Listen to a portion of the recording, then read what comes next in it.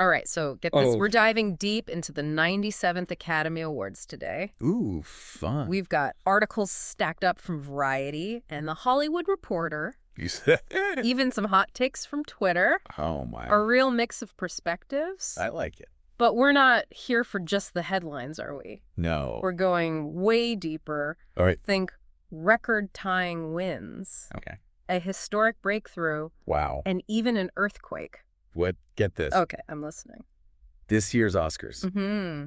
They feel like a real turning point, you know? Yeah, in what way? It's not just about who won the awards. Right. It's about what those wins tell us about the future of film. I see where you're going with this. So let's just jump right in. Okay. Anora, Yeah. Best Picture, Yep. and 4 other Oscars. It really was the talk of the town. It really was. Why do you think that is? Well, its success is really interesting because it signals a shift in what the Academy wants.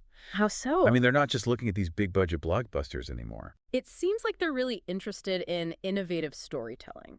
Makes sense. Even if it's like a smaller independent film. Right. And, you know, the director, Sean Baker, Oh, yeah. What about him? he didn't just win Best Director. Oh, wow. He also won Best Original Screenplay Really? and Best Editing.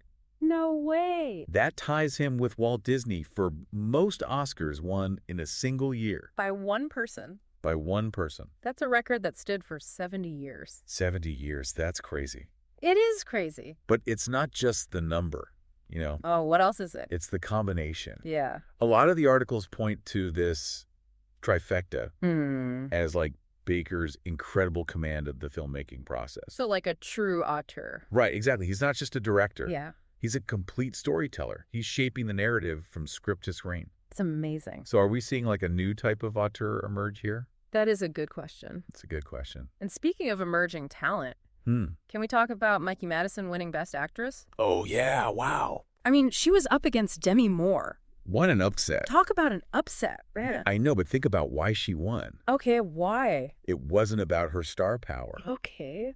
The Hollywood Reporter highlighted her ability to completely embody this complex character. Yeah. There's so much nuance and depth to the performance. You know, you're right. The reviews all praised her performance. Every single one. And another win that's generating a lot of buzz is Paul Tazewell's win. Yes. For Best Costume Design for Wicked. Amazing. This is huge. It is. He's the first black man to ever win in that category. That's a landmark achievement. I know. And it's long overdue. Absolutely. But this, along with Zoe Saldana becoming the first American of Dominican descent to win an Oscar, Right. raises an important question. Okay, what's that? Is this a true turning point for diversity in Hollywood?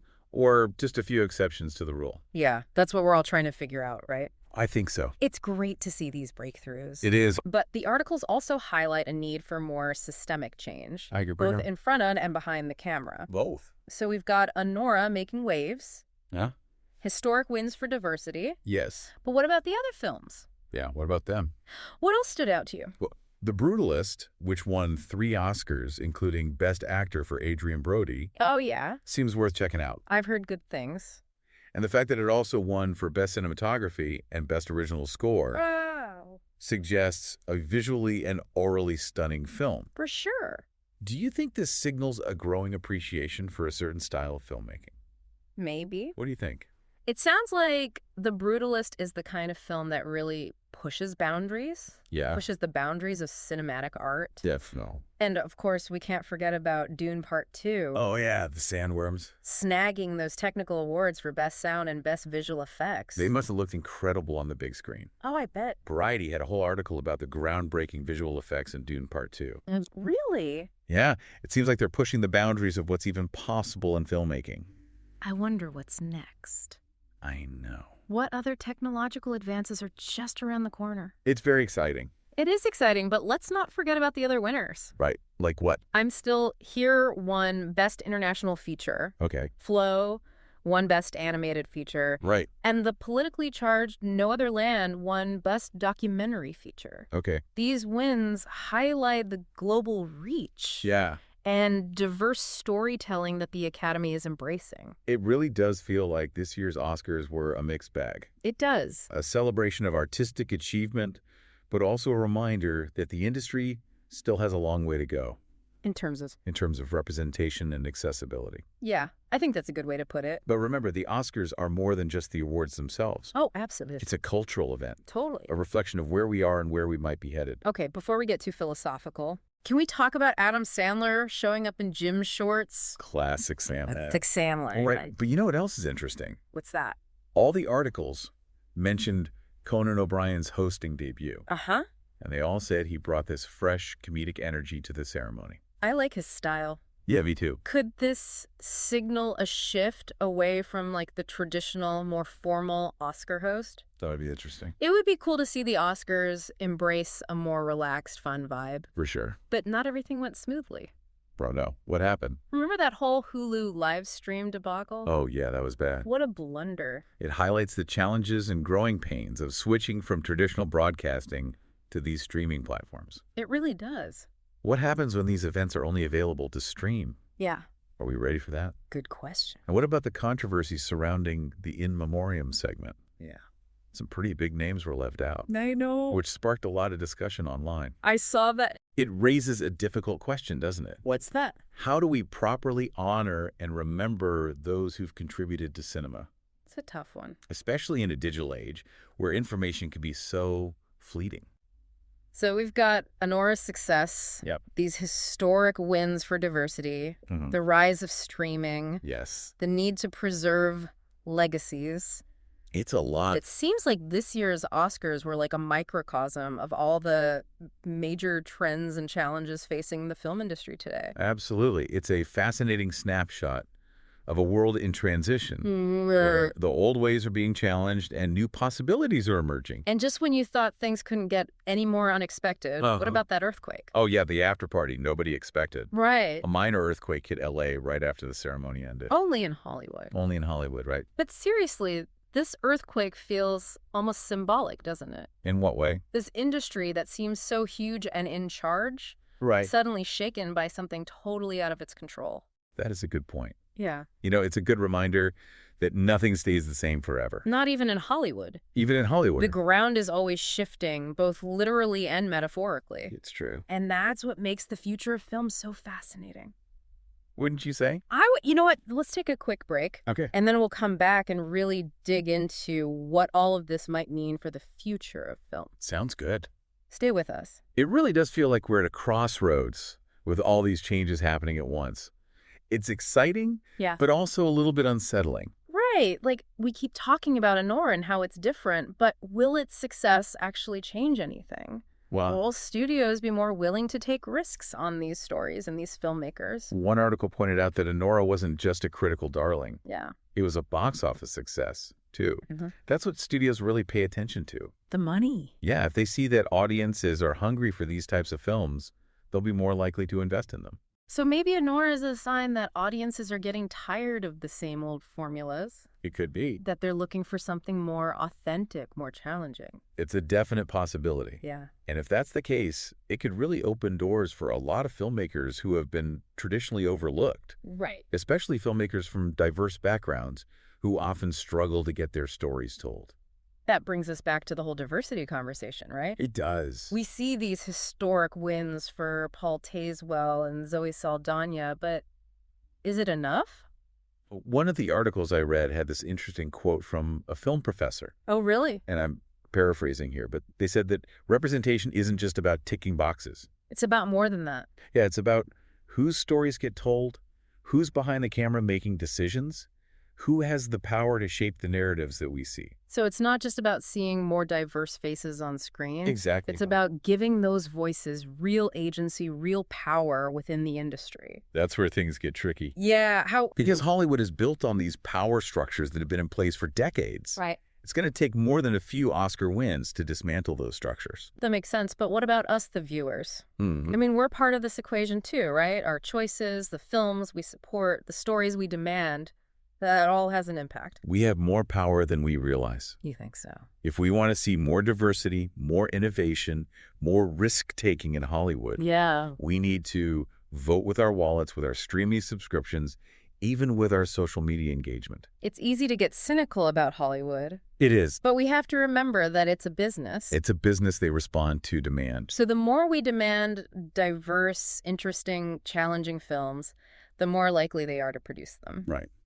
Okay, so we've got Honora, we've got the diversity conversation, we've talked about our role as viewers, but what about the future of how we watch films? That whole Hulu debacle got me thinking, like, what happens if streaming really does take over? That's the million-dollar question. I think so. There are definitely pros and cons to both sides. What do you mean? Streaming gives us access to a wider variety of content. Yeah.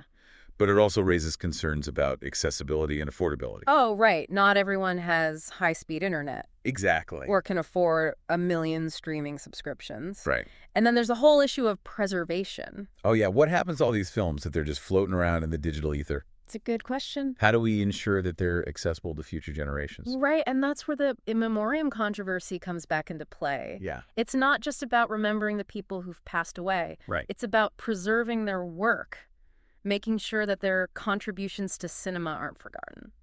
I like that. We were talking earlier about finding new ways to preserve those legacies. Mm-hmm. Maybe online archives, interactive, exhibits, something that goes beyond just a few minutes on a screen. I think that's a fantastic idea. Yeah. We need to find ways to engage with film history that are more dynamic, Yeah. more interactive.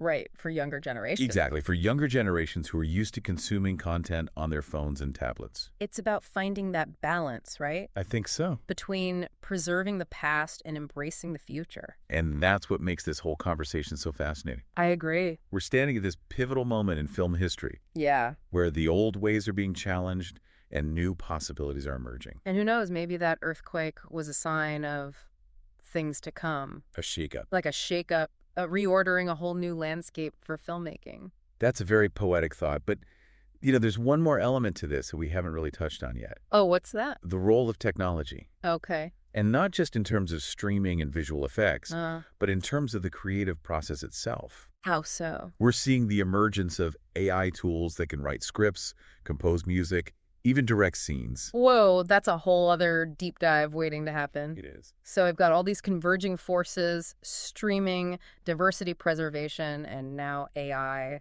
It's a lot to think about. It feels like the future of film is wide open. Yeah. Full of potential, but also full of uncertainty. That's a great way to put it, but before we get too overwhelmed, Yeah. let's take a step back and consider what all of this means for you, the listener. Right. This isn't just about abstract industry trends. No, it's not. It's about the films you watch, the stories you connect with, the experiences you have as a movie lover. So as we wrap up this deep dive, we want to leave you with one final question to ponder. Okay. I like it. What kind of future do you want for film? That's a big question, and honestly, after this deep dive, I'm not sure I have all the answers, but I do know one thing. What's that? This year's Oscars, with all the surprises and contradictions and everything, Yeah. it showed me that film is more than just entertainment, you know? Right. It's a reflection of who we are, where we've been, and where we might be going. I think that's a powerful insight, and it connects back to what we were talking about earlier. What's that? The power of storytelling. Absolutely. Whether it's a big budget blockbuster or a small indie darling, a historical drama or a sci-fi epic, a film has this amazing ability to transport us, to challenge us, to make us feel things we've never felt before. And those feelings, the connections that we make with the stories and characters on screen, they can stay with us long after the credits roll. I agree. They can spark conversations, challenge our perspectives, even inspire us to change the world. And that's why it's so important to have those diverse voices telling these stories. It is. To see ourselves reflected on screen, to Totally. experience the world through these different lenses. The more perspectives we have, the richer and more vibrant the tapestry of film becomes. So maybe the future of film isn't about predicting what will happen. What is it about then? Maybe it's about embracing the unknown, being open to new possibilities and supporting the stories that resonate with us, that challenge us, that move us. I think that's a great way to think about it. The future of film is in our hands as viewers, as creators, as participants in this ever-evolving art form. So as you go out and watch those films, as you have those conversations, and as you ponder those big questions, remember this. Okay, what? The magic of cinema lies in its ability to connect us, to inspire us, to remind us that we're all part of something bigger than ourselves. And who knows, maybe one day you'll be the one telling the story that changes the world. Until then, keep watching, keep exploring, and keep the conversation going. Today is your lucky day. Today is the day that our $3 website works for you, paying you directly to your PayPal daily. Imagine $3 ongoing continuous payments to your PayPal account. Imagine falling asleep and waking up to $300 in your PayPal account. How would this make you feel? How could this help you? What bills could you pay? What kind of fun could you have? What does that retirement look like now? All for a one-time payment of $3. This website is DFY done for you, fully built and completely hosted, and never stops collecting payments for you. You have spent $3 on coffee on a regular, but that coffee won't help you create multiple streams of income. Click the link below.